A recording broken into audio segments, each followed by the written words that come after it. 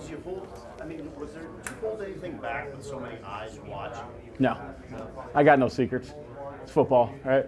11 guys trying to make tackles and get off blocks and all that kind of stuff. And we wanted these guys to be able to see what we do. We're not trying to hide stuff from anybody. So we just did our deal.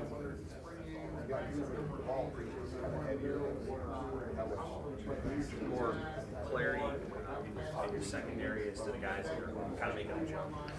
Well, we haven't had major injuries back there, but we've had some guys nicked up and some sickness and those kind of things. So we've had a lot of guys getting reps with ones and twos. So to be honest with you, there's not really a depth chart jumping out at me yet. And to be honest with you, somebody asked me the other day, who's the guys that are really playing good? Nobody. Everybody got to improve. Okay, there's some guys that they're playing okay, but we got to get better all across the board. So I'm not ready to say that anybody's taken a job yet, anybody's stuck out yet, because we all need to get better right now. What would you like to see your players improve at, specifically or generally? I thought Tuesday we were pretty good. I thought Thursday we were down. I thought today we were a lot better. So I just want them. Right now, I'm trying to get some consistency out of everybody, out of the whole unit. A little more fight when it's tough. We went outside; it got a little cold. I think both sides of the ball went down a little bit. They're used to practicing inside. I need to see a little more fight when things get rough.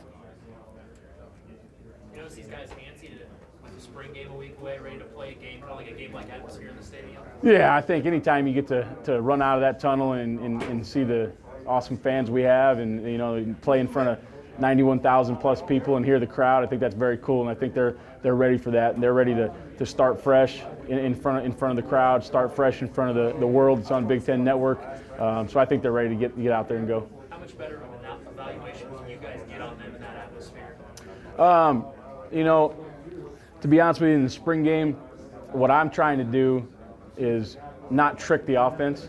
Like, we could go out there and we could, throw out all kinds of crazy stuff and blitz packages. I don't want to trick the offense. I want to get lined up. I want to see who knows their technique. I want to see who knows their call. I want to see who can get off the block. I want to see who can tackle. I want to see who can cover, period. So that's what we're trying to get done. And people want to see touchdowns anyways. I don't want to see touchdowns, right? But that's not the point for me in the spring game. The point for me is to try to get a fair evaluation in a game-like atmosphere, see who can play with who and who can actually do it.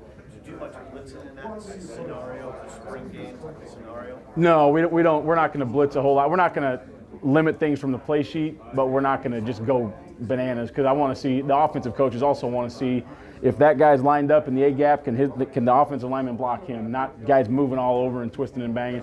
We'll save that for when we get a real opponent. Now, if we need to stop them at the end and we got to win the game, maybe a little different, right? Have you thought much about it yet? The spring game atmosphere and what your guys might be able to learn from it? I think it's important for the guys that haven't played, right? Yeah. The guys that have never played a game as a Husker. Some of these guys, it's going to be old hat. They're going to feel that feel again. They're going to smell that smell. They're going to hear those sounds. They run out of tunnel, and it's going to be the switch is going to flip. Some of these guys have never got to run out of tunnel in a real situation where they're going to play meaningful reps. So I think it's going to be a big learning experience for those guys. Personally, you're looking forward to the first taste of game day atmosphere? Oh, I'm looking forward to. I'll be like one of those kids that's never been run out of the tunnel before taking a meaningful rep. You know what I mean? I'm fired up to run out of that thing and hear the crowd and see this stadium. I mean, I'm the most excited one to do it.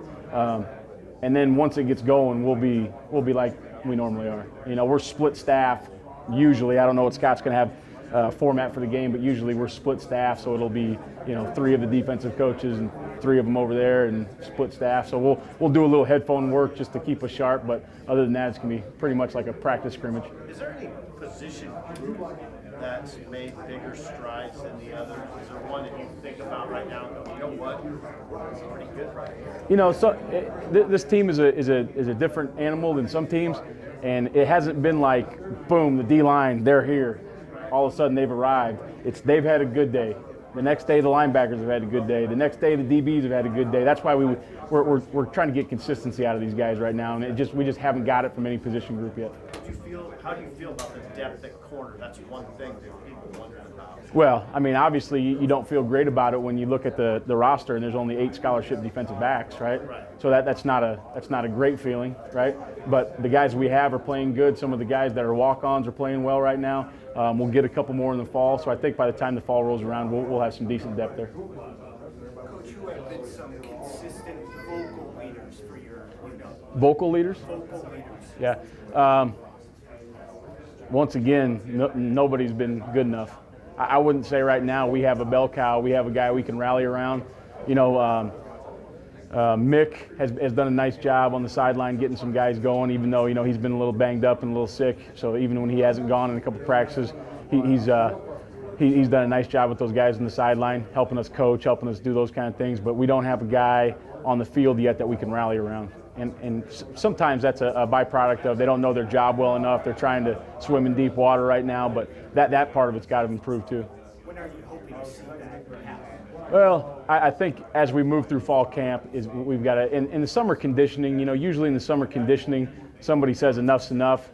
That's not right. That's not up to our standard. Here's how we're going to do it, and they take it upon themselves to get the rest of the group going, and then it kind of carries into fall camp and builds. So that's kind of what we're hoping on. Would you look for a guy at each position group to do that, or what's the ideal situation? Ideally, I don't think you want too many of those guys, right? But it's great when you have one at every position group. And, you know, sometimes you can't make leaders, right? A lion's a lion and a zebra's a zebra, and you don't change sometimes. That's why they hired us. That's why we're here. If they don't have a leader, that's got to be our job. But in a perfect world, you'd love to have one at every position group. You'd love to have that guy disciplining the group, not necessarily disciplining, but, you know, regulating the group, managing the group, and then I'm kind of secondary. Anything else? All right. Thanks. Appreciate it.